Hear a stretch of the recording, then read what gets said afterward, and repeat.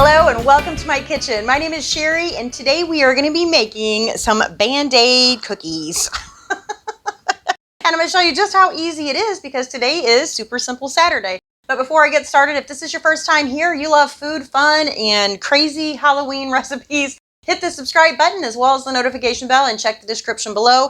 You will find details on how subscribing helps to feed the hungry. All right, so aren't these adorable? They really do look like Band-Aids, don't they? I thought this was great when I saw this. I think it was on Pinterest, but it could have been on a website. I'm not really sure. Anyway, so for starters, let me just say, I started out with these right here. Okay, so these are the Great Value brand and came from Walmart. So my kid got in and he ate about half of them. And I thought, I probably don't have enough, so I ran down to the Dollar General and I bought some more. Now, the brand at Dollar General is Clover Valley. And this is what they look like. So as you can see, the lines are diagonal instead of up and down. And they're a little bit smaller. So I think they look a little more like a Band-Aid. So I chose to use the Dollar General brand. But any of your sugar wafers will do. And then my husband had a brilliant idea. I don't know why I doubt him. So he had the idea of shaving the sides of these so that it had the rounded shape of a Band-Aid. And of course, his idea was met with my look of, that's the dumbest idea you've ever had.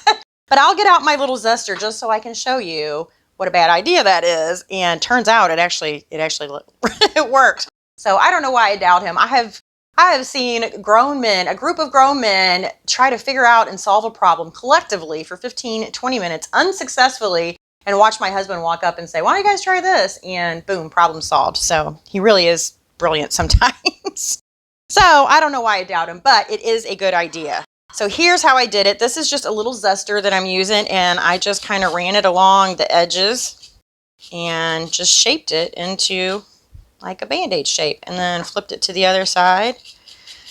So I do one corner, flip it over, do the other corner, and then kind of detail it a little more there. So I'll show you guys one more time. So I usually go down the side about 5 times, flip it over 5 times this way, and then just smooth it out a bit. And then we do the other end. So 1, 2, 3, 4, 5. 1, 2, 3, 4, 5. And then smooth it out again. Perfect. See? Okay. So let me get my mess out of here.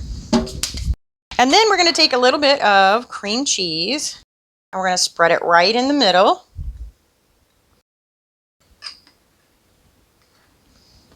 And right in the middle on this one. So here's what I did. I kind of spread it out with my knife just a little bit.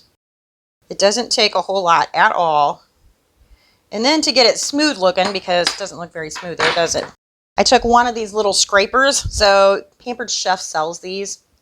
I don't know how much they are. Anyway, you get 3 in a pack. I'll put a link to these in the description. But these things are great for cleaning like cast iron. If you ever have like the little wax melts that, you like Better Homes and Gardens or the Scentsy thing, and you spill them and you've got dried wax, this is great. I've used this a lot for scraping up wax. But they come with, when you buy Pampered Chefs, like, what do we have? What is it called? Our stoneware that they're famous for. I was going to say were. Well, I am a part of Pampered Chef. Anyway, this I found very helpful to just smooth this out and make it kind of smooth across the top. So, and you don't have to get too picky with it. And then I have some raspberry jam here. And I'm just using my little syringe that I bought that we did Jello shots in here. And yesterday we did a vampire kiss drink. I will put a link to that at the end of this video and in the description. And then we just put a little bit on there and voila, looks like blood. You can smooth it out and however.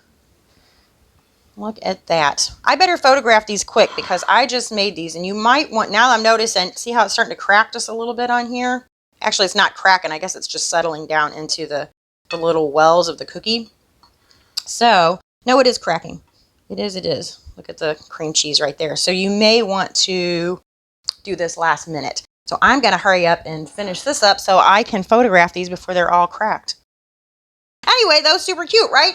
So you guys have got to let me know what you think in the comments, and let me know, what are you guys making that is crazy for Halloween? So I thank you so much for watching. I'll see you next time. Bye.